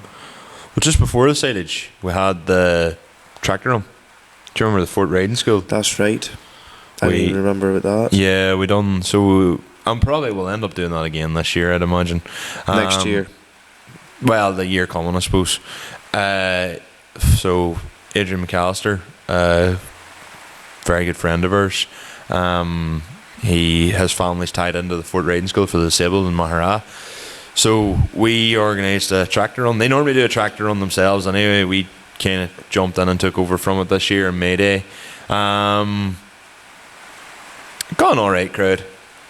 Hopefully next year there'll be a bigger crowd. I think a lot of it, because we had a really wet, like we were wet until like later on in March, weren't we? And then at the start of April, the weather just boom, just turned. It just happened to be May Day is. A lot of people started cutting early. Yeah. So the boys that wouldn't have cut their first cut until maybe the middle of May were all cutting at the end of April, start of May. Yes. So normally I think Mayday is normally a good time for a tractor run, because that's kind of the final thing before everything goes away, apart from the boys that are doing like 4 or 5 cuts a year. But yeah, because it was so, like, I remember Dubshed was the first day of like the real, like, well, the Friday of Dubshed was like when the weather properly turned and became really good, because I remember spreading urea, and that was what, the 5th of April, I think. And I remember spreading urea and being like, I fucking hope there's a bit of rain to wash this in at some point. And it didn't rain till like nearly the end of May. Like, it was literally dry for 6-7 weeks. What a year in regards to the weather. I suppose it has been. Then, well, like, Did you say the silage? You cut very early. You cut like the 9th of May or something, didn't you? yes, earliest we've ever cut. There was good enough crop of stuff on it. There was a lot of reseeded ground on it. We did 125 acres or so. For near enough most we've ever really done. Yeah. We only put the first cut into the pit. So Porrick happened to be home from Yeah. Australia. Poor Leonard came. That was a really... You had this bright fucking idea that we would do a podcast whilst trying to draw silage, and that was a fucking balls. It was cool. The video, the short clip, the short form video made from it was cool. Was a really, in my opinion, like, I was very disappointed that video didn't do as well. Like, I thought that video was going to like put us on the, like, even from the day I started this podcast, or I started this podcast, the Royal Eye, which means me and you, from this podcast started, it was like can't wait to do, like, be the first podcast ever to do silage, and I kind of thought this would be like a massive deal, and like nobody really cared, and I was like, oh, It was literally shadow banned. I think so, to be honest. Like, we're constantly shadow banned at the minute. That's why I'm not posting on TikTok at all at the minute, because I find if you go dormant for a while, then when you start posting again, it seems to be good. Like, I find every time I maybe wouldn't post on TikTok for like 3 weeks, and then I go to post, and your videos start to do well until they just don't again. So, but you had such good weather, and it was like the silage at yours this year was definitely a lot less rushed. It was a lot less hassle compared to last year. I had savage fun for you basically had a chance to just fuck about. Well, we done it over 2 days as well. It was. It wasn't even over one day. It wasn't like we were going at 3 o'clock in the morning. I think we went to 11 or 12 o'clock at night or something, and then 10. was it? I sure mind the harvester ended up. There was a niggle with her. Oh, aye, that's right. Yeah. There was a stone they reckon with a trace element, or trace metal in her, and it was flagging up with a metal detector. Yes, that's right. But Was that in Seamus Closes? and closest ground, yeah. Which was a bit of a reseeded ground. I remember, like, everybody. And next year it'll probably be around 35 or 40 first cut. Jesus. There's another 20 reseeded. Really? Fucking hell. I need to remember to try and get that into the, what do you call it, because I have purposely like tried to book my honeymoon for next year before like the silage, because I also I don't plan on doing any form of first cut, but I want to be there for other people, namely yours. Yeah. But I'm actually half contemplating bringing the T7 till your first cut next year. With what trailer? My Fraser. Your Fraser? Just leave the 110 where she is. Why not? Just to see, like, look, as much as I miss the 110, I'll miss the 110, the noise of her. I just would like to see, I'll be a chance to actually get the T7 out the grass. The T7's not mine, by the way. It's a fella I used to work for and still obviously have a very good friendship with, but she's 50k. She's 50k. It'll be me you'll be fucking stuck behind. Well, it's the Fraser's still Tiny chiller. Still a wee, well, That'll be tiny behind her. aye, yeah. But then McChrystal's, to be fair, pull a 12 ton behind a T7 245. Aye, but they don't have half the back end of her sloped. Yeah, that's true. You know, I'll see. I probably will end up taking the Fate, but I would love to get a couple of runs out with the T7 next year. So I just was thinking about this after driving yours this year. I was like, do you know what? It'd be nice. I've like got. I wouldn't even mind the wee Massey on the Fraser. Oh, funny. I was also thinking about that too. Would just bring your wee Fit, but then the only thing is, your dad still likes to have a tractor about the yard. Aye. You know, He wasn't pleased last year whenever I took the wee one. and then me coming, and it was me driving back up the hill, and I was like, go on, you bastard. I have to say, like, I actually really enjoyed the silage yours as well, because it was my first time really properly driving your Massey on my own, and I just tooted away in her and figured out the gears and all myself and got on to her, whereas whenever I may have a slightly different driving style to yours, and you'd be sitting going, oh, do this, and I nearly need to figure out why you can't do that. And the wee Massey, obviously, when you're going up ranges, you need to be very careful and all that, because you just can't go 3D to 4A. Like, you have to clutch her, go up the range, wait 3 working days, then she takes the range. Whereas the 67 definitely is a lot nicer. It's a pleasure to drive. The only thing is the turning circle, but you can work with, like. Just with the loader brackets, if they were off, like, she's turn the dame, like. good. Yeah, But even like, the wee 57 was a good wee tractor. I enjoy driving her nearly as much as the big one. Well, you're more than welcome. If you want, I'll take the 67, and you can take the 57 with my Fraser. It's not a bother. But the only thing is, as I say, your dad kind of likes to have a tractor about the yard. Because like last year, I think they went and like moved cattle and stuff whenever I was. He took a wild notion about, I'll shift all the cattle out. We'll find out. Like, look, I'm happy to have the Fate, but at the same time, like, if you wanted to come down the 6.7 and lift my trailer, and then sure, that would mean bring it up, and even if I take the 57, or you can take and I'll just, we'll just use yours. It's grand. I can sit at yours for a bit. Sure, the 110, like, don't get me wrong, the 110 is fun. But it is a bit slow, and it does, to be fair, it doesn't get in the way as much now with the 12 ton as it did with the wee 8 ton, like. But that was more there just for the crack, if anything, like. All it is there for is the crack, but it is a bit of crack, like, and it's nearly become a staple of the silage of mine is you come with a Fiat, and that's now what, 3 years? 3 years, this will be the 4th year. But look, I'm happy. You came and helped with the wheels and all before too. Yeah. Oh, my Fiat could drive Your its way. Fiat has done nearly more hard work at mine than yours. Probably, yeah.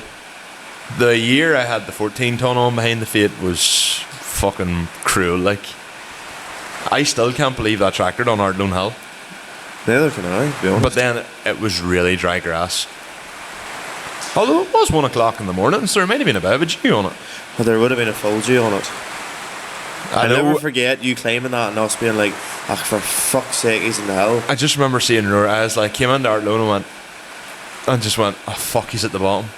And I remember talking about it in the pod at the time, like, probably, what was it, episode 9 or something like that. And I remember being like, I was just all buzzed, because I was like, I seen him and I goes, will I do it? I was like, sure, fuck, if I have to pull out early and stop and drop into the middle box, because I was in 4-wheel drive obviously, and climb up and crawl up the hill, then so be it, I'll do it. Like, but coming to the top of Ardlone Hill, and I think I remember saying this in the pod, I was like, you look across and you're just like, slow down, and I remember just looking at Rory just going, fucking slow down, you boy. But similar happened again this year coming on Ardlone, but that's because I was in high second. Oh. And then I was like, she started to die on me, and it was like, you bastard, and then had to go for hay first, and then by that stage he was away on, and I was like, oh fuck. The sunroof open, yes. That would have been bad. Yeah, it happens.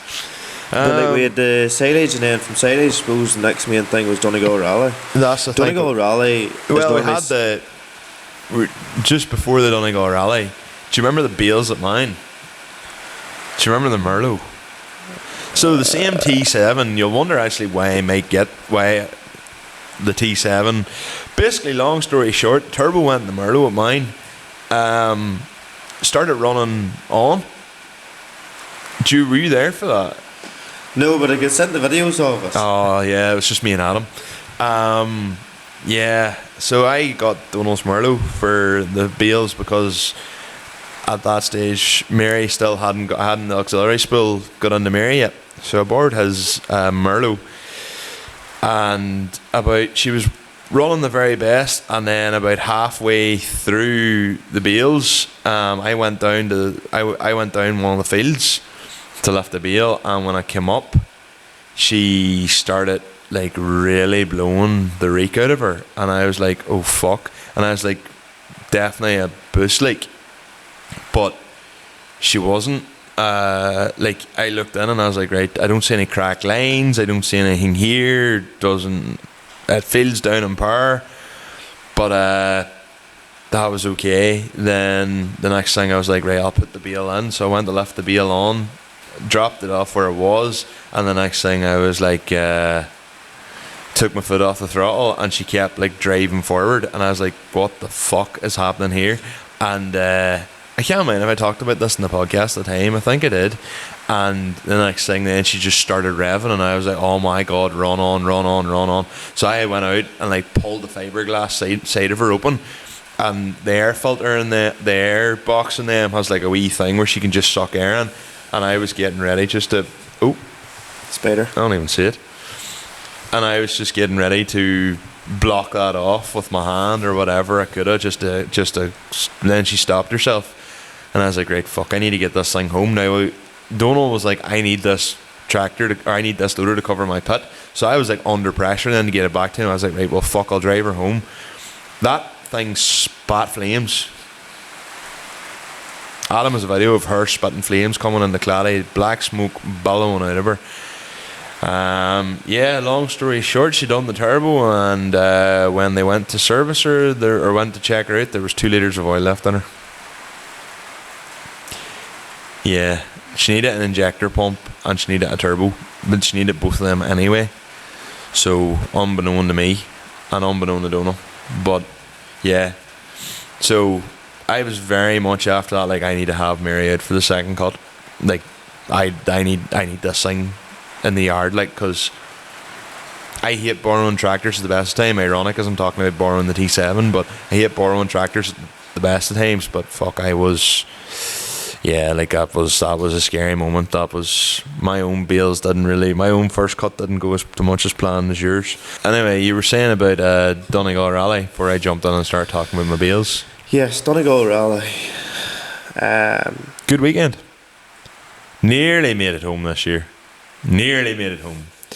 Could have made it home because the part that I needed was lying in the shed. Yes, which is not useful when you're an hour and a half away. Yes, thankfully only an hour and a half away. So, Donegal Rally this year was brilliant. Brilliant. But it wasn't a holiday. No, the Thursday night was good old crack. I know. Thursday night was probably nearly the best. The highlight of it, if I'm being honest. But it was good. Yeah, to be honest, for us that Friday and Saturday is not a holiday. But like, we've kind of made our bed. Like, probably I'd nearly do now Thursday and Friday, and then just go to it on a Saturday. What do you mean? You know, Thursday evening, Thursday night chill, Friday chill, and take in the atmosphere of it, and then Saturday do the King of the Conan. Well, it might maybe. I wanted to get down this year. The reason it was so intense this year was because I wanted to get down to give the Sierra a go at it. And I mean, if I have the Lexus down at it this year, I would sort of want to be trying for that again. But we'll see. Like, maybe this year we just do 2 separate things. I do my end and you do your end. Maybe that's just the way we play it. I don't know. But this year, to be fair, like, even the video, we took a lot more videos, and I think I was under a lot of pressure after last year. Like, and a lot of people was like, well, you didn't get my car, so I was like, right, well, I want to try and get as much in as possible. And then despite that, there was a lot of people saying, oh, you just took videos of everybody you knew. And I was like, funny enough, yeah. Like, one boy got really annoyed, and I goes, if you actually watch the video, I see there's like 2.5 hours of footage. He goes, yeah, and my car wasn't mentioned. And I was just like, if you drive a silver Lexus, I can't tell you apart from a lot of other people unless you're like Keenan Dehan, who obviously I know who you are, for examples, or yeah, like plenty of other ones. Like we stood for 6 hours filming on the Friday. I'm surprised it wasn't as. I Because we thought it left might at have. 3 or 4 o'clock on the But did we Friday. leave at 3? Yeah. And on the Saturday,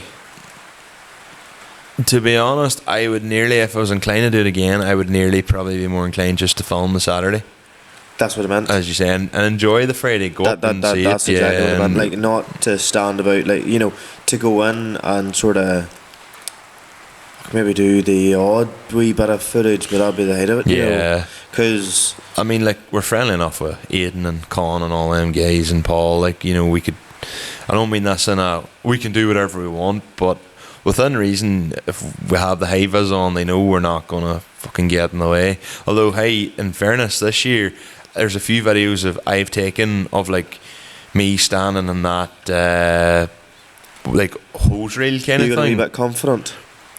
I was a wee bit too confident this year, and definitely like wanted to make the video really good, and kind of told off a couple of times by Aidan for basically taking up too Because much whenever time. they've had an event with a clean slate, Yeah, well, whenever I would only have went out into that, in fairness, with people who I knew. The problem was then people who I didn't know were starting to drive around me. But if you'd sort of had half an idea what they were like, you would have been okay. But I remember then this young cub just came and went backwards. I don't even know how he generated the speed to knock that as far as he did, but he did. And Cor just come up to me and goes, he's like, "You're not to get near that again." I went, "Nope, I will not be near that at all. Like, fuck that."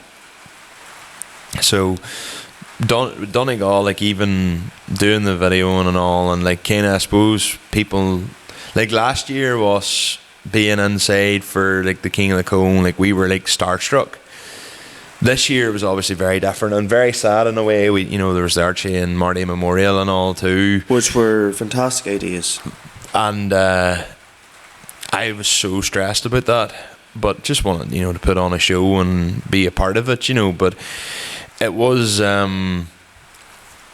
definitely like now this year Donegal was a year to remember. As I said, like even we done like the drive out to Knockalla and all, and that was even good oil crack, you know, the oil drive. The only thing that happened was I was running cheap shitty oil in the car that had been cooked from the Drift Games bash, and it just heated the car too easily. Like I remember coming up Knockalla, and like my car, when you're normally driving, my car does not lift a hand.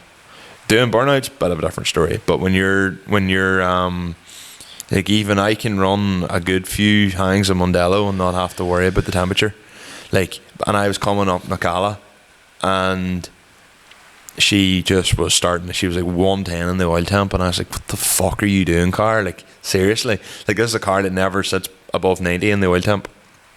And I was like increasing as I was driving it. Now Knockalla is steep, Yeah. but like, I was just like, "Fuck's sake!" But on the way back from Knockalla, you were tittering along. This is why I give you death or night about you being such a dooter. Like you and Adam, or you and Gemma were just dootering along, and me and Adam went off and like started not racing, but because he was behind me and obviously it was wet and he has 4-wheel drive and would have toasted me. But me and him went for a kind of a bit of a spirited drive, and like we were just like, "Where's Connor?" And you were like ages behind. I think at one point I pulled in and said to you, I goes, "Let Adam come behind me and sure you catch up." That was as soon as we had finished Knockalla, he went in front of me. Yeah, because me and him took off then and had a bit of a mess about, I which just was took good. in the scenery. No, fuck. I wanted to actually have a bit of fun driving. Like, What happened when I did have a spirited drive though? what did happen when you just were to drive? Somebody near ripped me off. Oh, fuck, yeah. We talk about that later on. But yeah, Donegal this year, absolutely phenomenal event. Such a good time of it this year. Funny, actually. Okay, yeah. This is literally the next thing to talk about then, is the coastal drive and all that me, you and Adam decided we'd go on again this year. When did we do that? I think it was July. Was it the week? Oh, well, was it the 12th? First of all, It wasn't the weekend of the 12th, was it? First of all, though, we did Well, we went to the BRM event. I thought it was the other way around. Was BRM? I have BRM written down here too. Oh, okay. Maybe it was. Because the Coastal anyway. Drive doesn't feel as far away as BRM. You were away the BRM one. I was at a wedding, yes. You didn't have any of them this year. I have for 2 weddings next year. Oh, this year? Yes. Ah, fuck, only 9. Some though, like to. And 7 stags. And one of those weddings was my own. To be fair, what you probably spent this year to do with weddings 100%. would have bought you 2 chasers, maybe.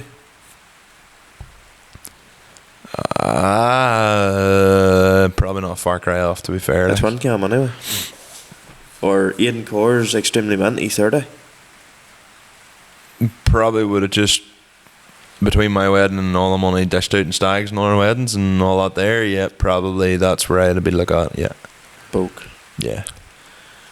A lot of money. But, so, BRM. So we'll talk about BRM first then we'll go on the Coastal Drive. Okay, BRM. BRM I was raging I couldn't get to. That is the best fucking laid out tractor pulling track in this country, like. Maybe in the UK.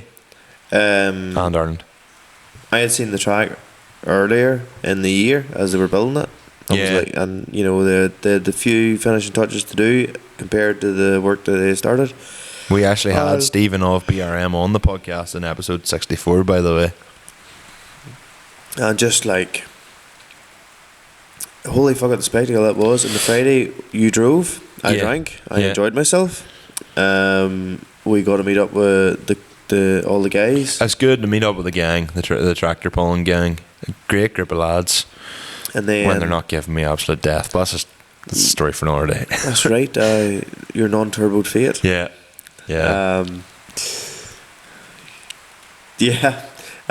Then the Saturday I got down myself. Yes. And spent a lot of it sort of filming and taking it in, like Stephen and the rest of the Keeleys and the BRM group. Gentle people to work with. A fantastic event, like, and not feared to put their money where their mouth is. It was one of those things where previous events that were attended by us were 95% of the way there. Yeah. Then there's just this small 5% of, you know, things that the others have done or where they've been or they've tried out. Then that other 5% Stephen put on. Look, Stephen's mindset was very much, as he told us in the pod, like his mindset was, and it's such a smart way of looking at things and makes sense.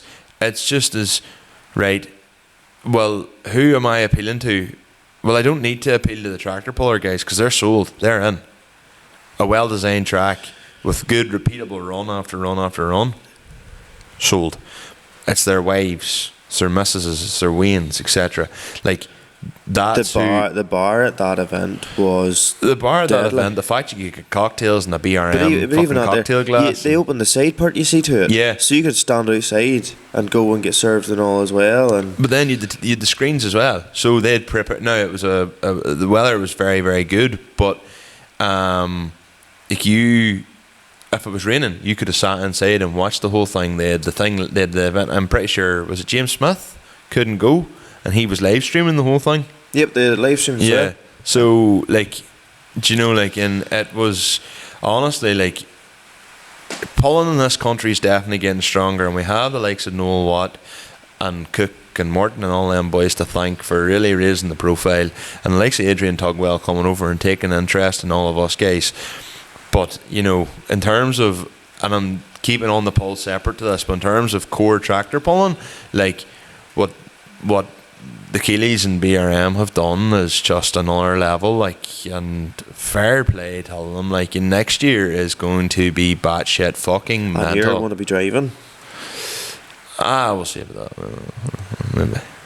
But it was the four of us could nearly go and have the crack. Oh, aye. We'll be probably doing media duties, but there's no thing. But sure, you can leave the pair at the bar, like they'll be fine, because they can drink their BRM cocktail glasses. Yeah, well, I'll be getting a wee cocktail out of the BRM cocktail glasses too.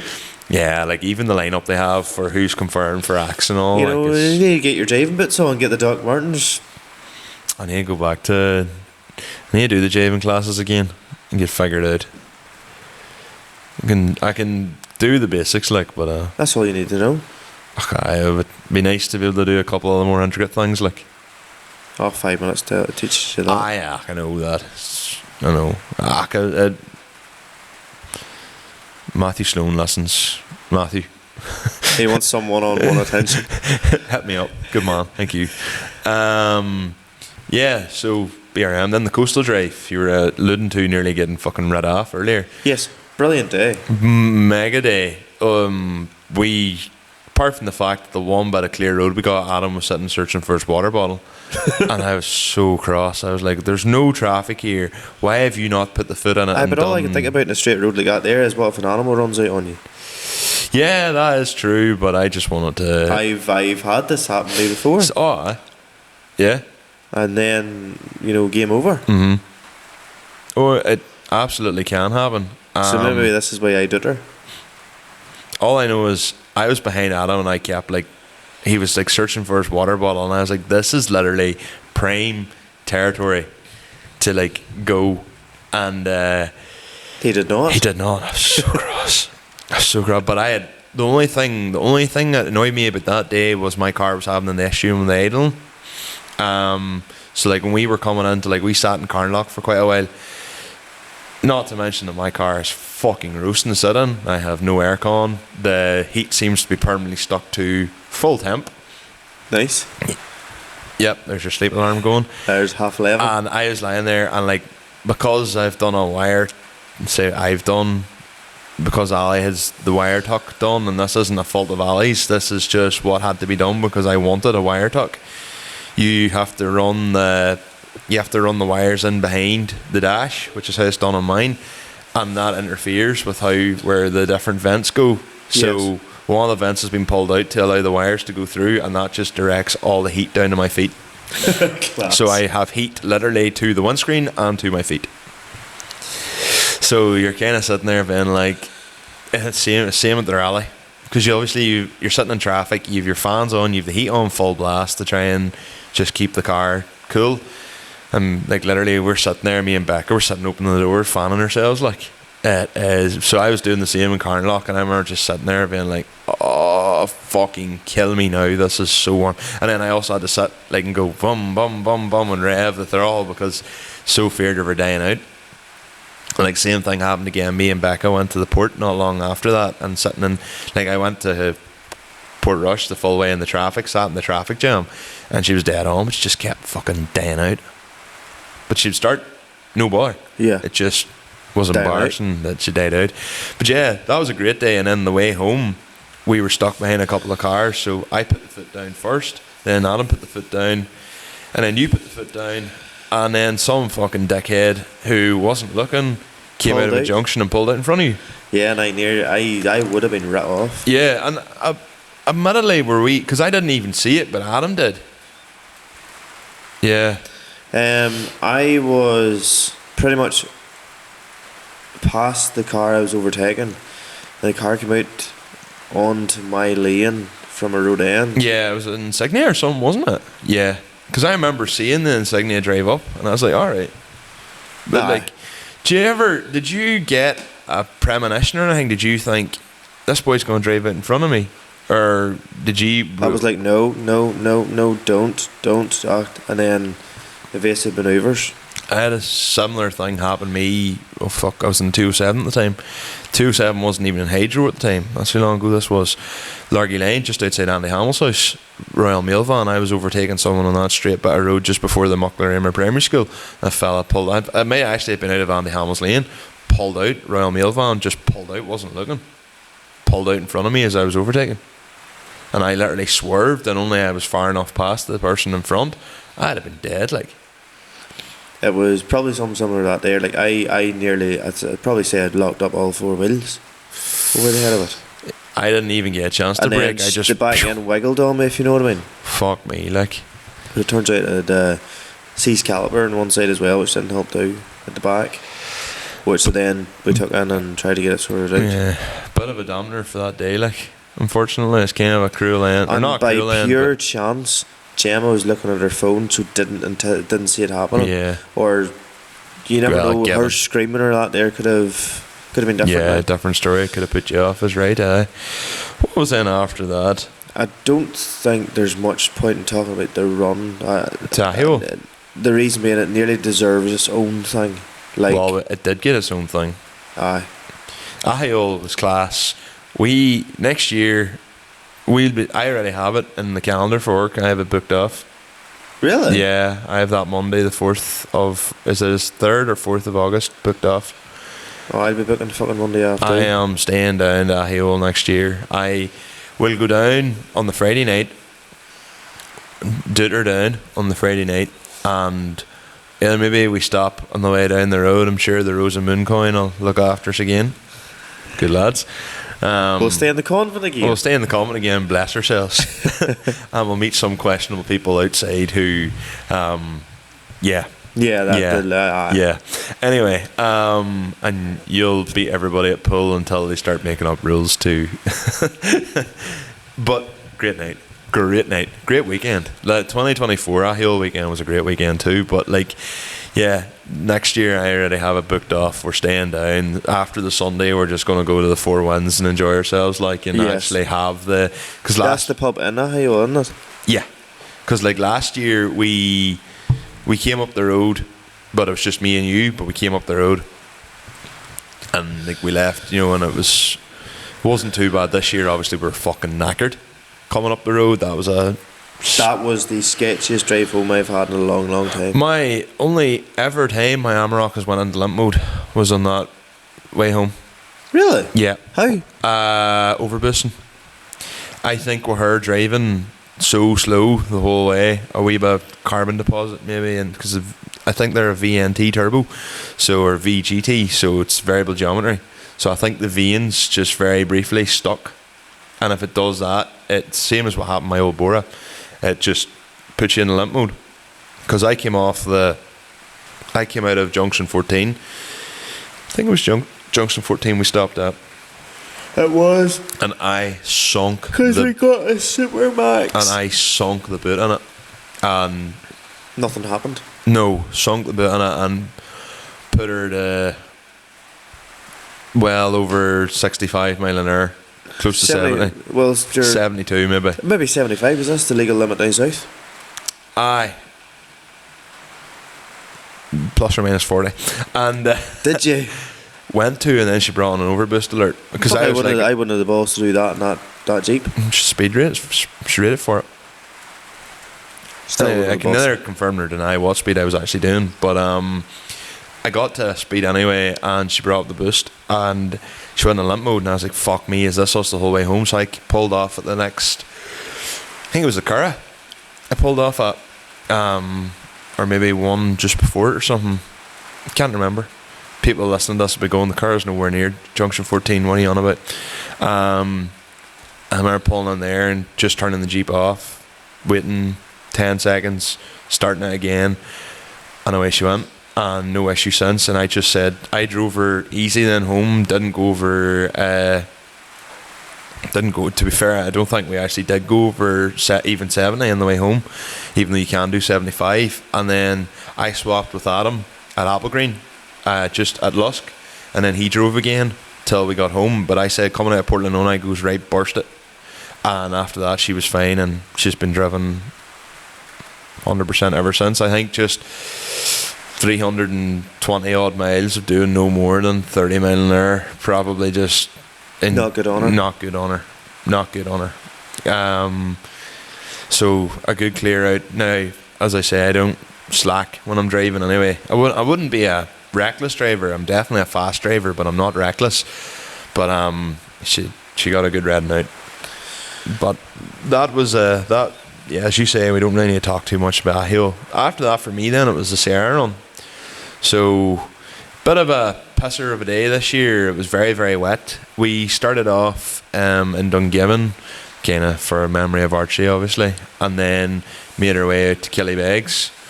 So that was a good wee tester just before the wedding. The wedding was the week after. So it was a good wee tester to make sure that the car was definitely up and going and good and behaving itself.